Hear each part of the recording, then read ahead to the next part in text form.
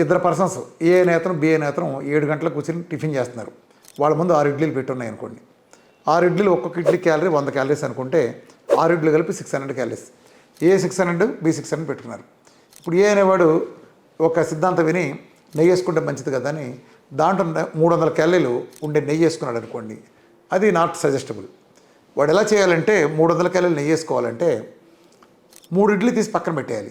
అప్పుడు వాడి ప్లేట్లో ఎంత మిగులుతుంది? 300 క్యాలరీలు ఇడ్లీ మిగులుతుంది. అంటే 3 ఇడ్లీకి 300 క్యాలరీలు.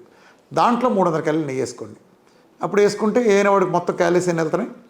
ఆ గ్లూకోజ్ ద్వారా 300 క్యాలరీస్, ఫ్యాట్ ద్వారా 300 క్యాలరీస్, ఇనాల్ మీకు 600 క్యాలరీస్ వెళ్తున్నాయి. బి అనేవాడు డైరెక్ట్ 6 ఇడ్లీ తీసుకున్నాడు, నెయ్యి వేసుకోలేదు. సో వాడికి 600 క్యాలరీస్ వెళ్ళినాయి.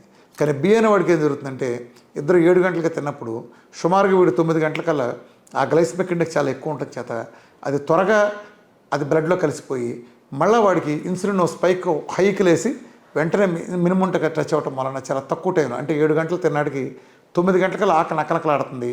వాడు మళ్ళీ ఏ కాఫీనో ఇడ్లీనో లేదా ఇంకో దోశో చచ్చినట్టు తినాల్సి వస్తుంది. ఇదే 600 క్యాలరీలు ఫ్యాట్ 300 గ్లూకోజ్ 300 కలిపినాడికి ఏమవుతుందంటే వీడి దానికి 11:30 12 దాకా వాడికి ఆకలి అనే ఫీలింగ్ లేదు, కడుపు ఫుల్గా ఉన్నట్టు ఉంటుంది. బేసిక్గా ఇదంతా ఏంటంటే గ్రెలిన్ అనే హార్మోన్ మీద ఉంటుంది బేసికల్గా.